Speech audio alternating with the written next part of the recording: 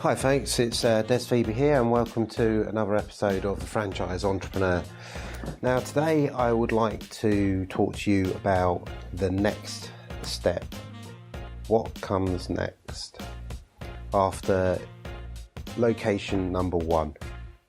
So I'm going to again make some assumptions on it in here. So let's just say you're at location number one.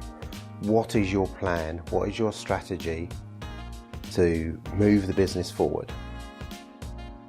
Now, for me, there are three possible outcomes here. There may well be more, but for me, in my mind, there are three ways to go here. Now, do nothing. So you're at one location and you make a decision that I'm happy with this. It's taken a lot of time, effort, money, pressure to get my first business off the ground, and I'm making a decision that right now that's enough. It's meeting my financial needs, it's meeting my financial expectations, and I'm not prepared to risk going to the next step. Now, you won't be alone in that thought process. 90% of you who have already made the step to go into running your own business will not take it any further than your first one or two locations. That's a fact. And there are a number of reasons for that, and they're all very good reasons, and there's nothing wrong with you staying at that level. One of the reasons why you may decide never to move beyond that one location, and probably one of the biggest reasons, is fear, which is kind of an interesting one, because when you made the decision to actually start your business, you probably made the biggest decision that you were ever going to make, the biggest leap of faith that you were ever going to make. But fear is always on your shoulder, and it stays with you throughout the process, no matter what strategy you decide. Fear is always on your shoulder. But it's interesting that once you've made that initial leap to start your business, make that commitment, and then you've got your first business up and running, fear creeps up again on you, because what it says and what it whispers into your ear is, wow, you did it. You've made a success of this. Do you really want to risk the next step? Why would you? You know, you've got this thing that's talking in your ear saying, well, you're earning good money, life is good, why go to the next step? And as I said, 90% of you won't move beyond that, and that may be absolutely fine for most of you, because that one location gives you a solid foundation for you to build the rest of your life on, for your family to, for you to generate income for your family, for you to create a good income, for you to create a good lifestyle. And a lot of the people that stick at that area, they tend to then keep it safe. You know, keep their investments safe. They invest excess money into stocks, shares, maybe buy a couple of buy-to-lets. They've got a good life. There's nothing wrong with it. It's comfortable. It's good. And if you're happy with that, then that's fantastic. But it will be a real shame that if you're compromising on your ambition and your dreams for that safety, that you get to the end of your life, or at the beginning of retirement, and you look back on that and look back on all the missed opportunities you had to do something bigger, better, and create something more. If you get to retirement and you look back on it and go, yeah, this is great, you know, this is what I wanted, then that's fantastic. it's probably not for me. I think I would have got very frustrated at that. I could have done that, and certainly it would have been less pressure for me to have done that. But I think I would have got to retirement and been disappointed in myself that I never took the opportunities that came my way. You know, a lot of people don't move beyond that 1 or 2 stores. You know, they may create a second location at a later date, but it's a fairly small business. It's a generic business. It's quite small, it's comfortable, it's safe. As much as being self-employed and owning your own business can be safe. But life gets in the way also. You know, before you know it, you've delayed scaling your business, and then you've started a family. The pressures to create financial stability and pressures on your time to spend with your family get in the way of scaling your business. So all of these things conspire to preventing you from growing your business. So that's you know, number one. But just remember, there's nothing wrong with that, as long as you don't get to the end of the road and then have a lot of regret that you never done the scaling of your business or didn't take option 2 or 3. Now option 2 is where you decide to scale your business. Scaling your business can fall into a couple of categories, but I think where a lot of people misinterpret, miscalculate, is how much it costs to grow and scale your business. So you want to build and scale, but what are your reasons for doing this? So you have to have and be very clear on why you are looking to scale your business. May seem like a simple question, but everyone has different reasons. If your reason is to scale in order to sell at a later date, then you have to bring in outside money at some point, and probably the sooner the better. If you're looking to grow your business more organically, then that falls into, I think, the category number 3, which I'll come to in a few minutes. But let's stick with number 2. So you're looking to scale the business in order to sell the business. So this is an asset that you're looking at growing in order to sell, not to keep hold of, or potentially to keep hold of maybe some element of small shares within the business. But predominantly you're looking to earn your money by selling it at a later date. In order to do that, in order to build value within the business, you need to grow it, and grow it relatively quickly. Now the reality is you are not going to be able to do that purely by franchising. This is where a lot of people make a mistake. They think, well, okay, I can get scale and I can get it quickly purely by franchising.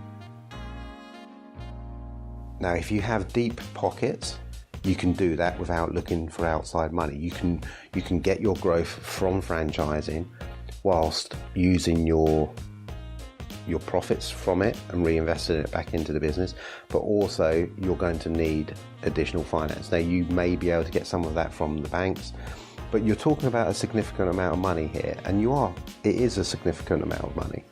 I've been there. You know, I originally built my business to sell my business. I wasn't sentimental about it. I had no real, emotional ties to the business. It was purely, I'm going to build that business, I'm going to sell it, and I'm going to then possibly do something else and earn my money that way.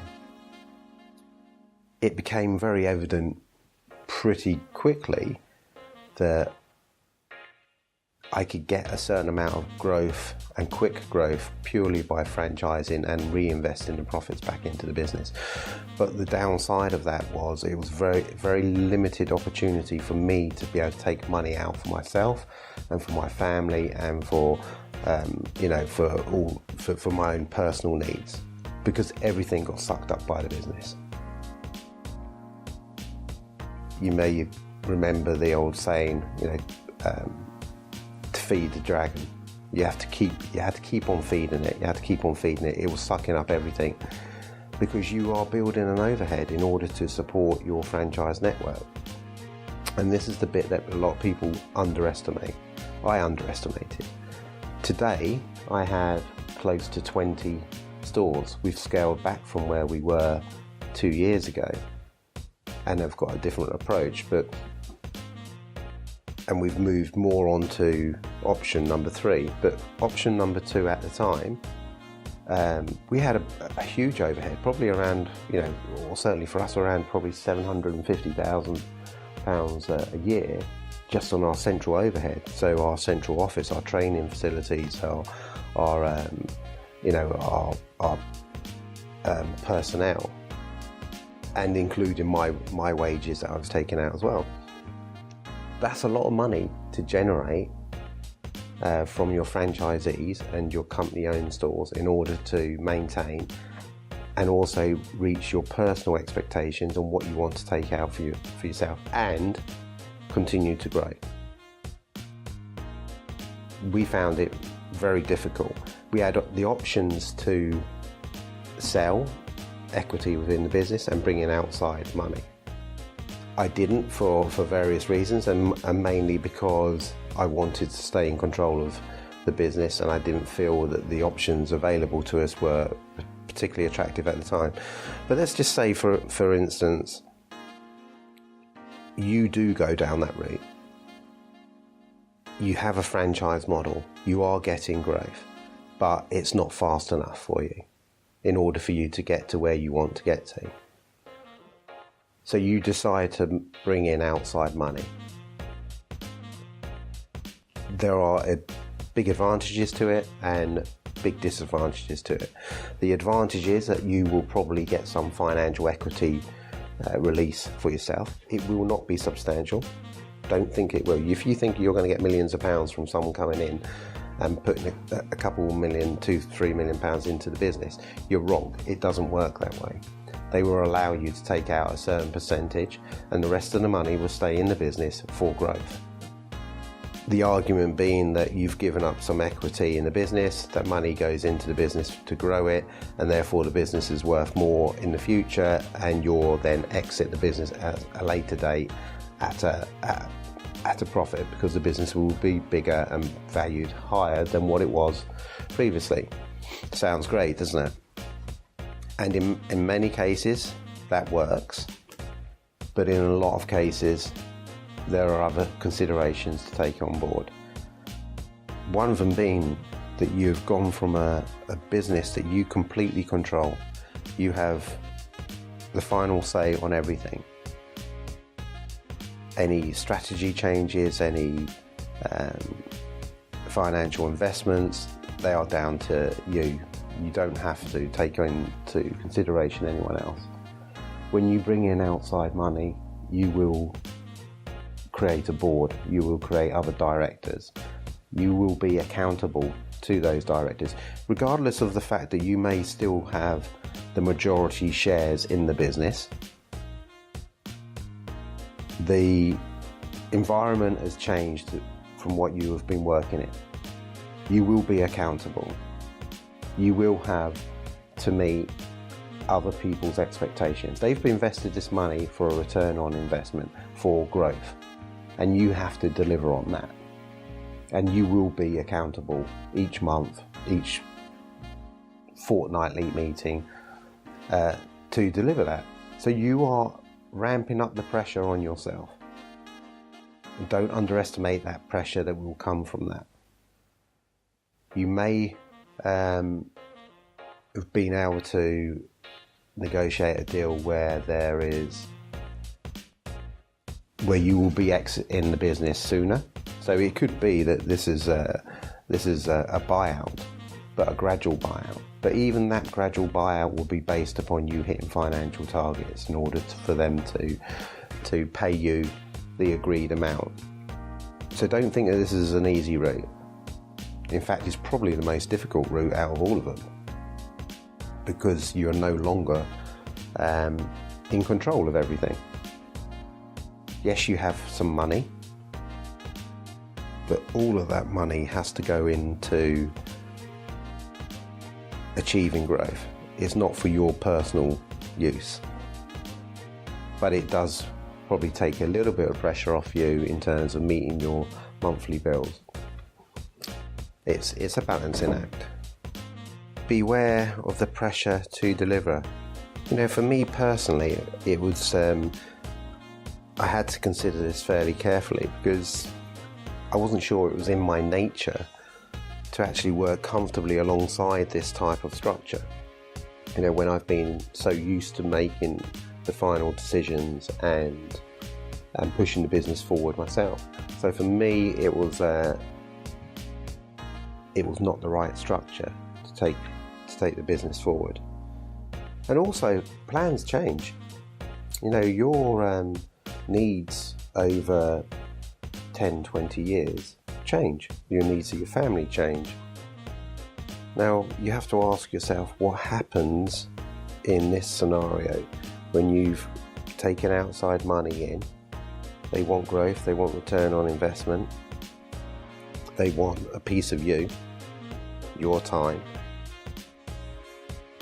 But over a period, you then decide that, well, actually, this isn't for me. I no longer want to sell the business.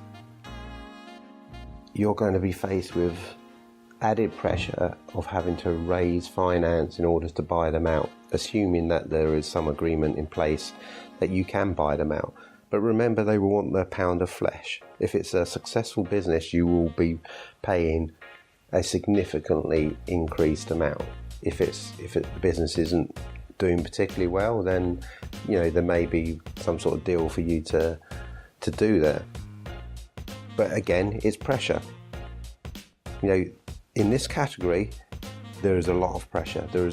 If you thought you had pressure in starting up your business to just get to one location, taking the business and scaling it to multiple locations is a whole new ballgame. And if you've got the added pressure of outside money in there as well, then you're ramping your pressure levels up all the time. You don't want to become a slave to the business. It's something that you have to keep on feeding it, and its food is growth and return on investment. Is this what you really got into business for in the first place? Okay, so now we come to the third category. Now, this is my preferred choice, and it's taken me a while to get to this decision. I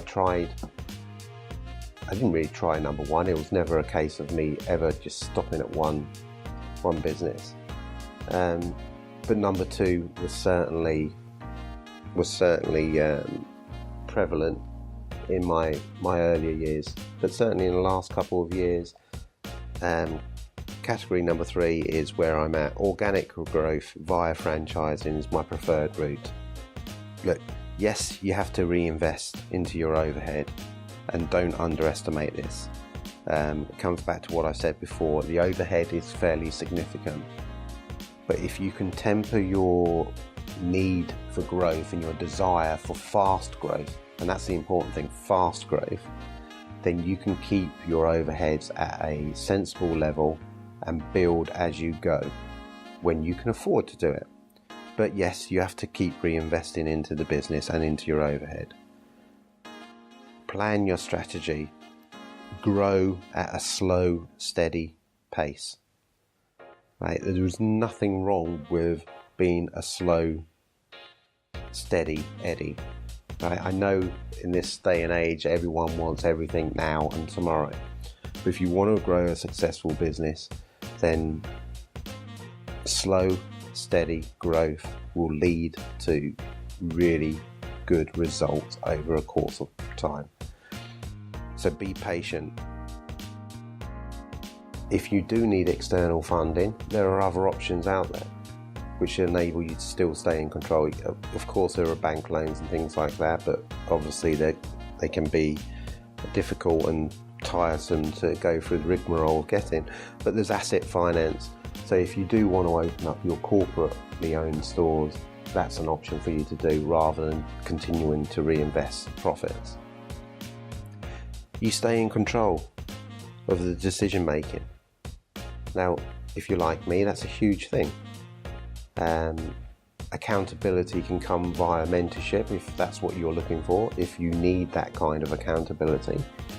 But having the ability to be able to change direction and make decisions for the business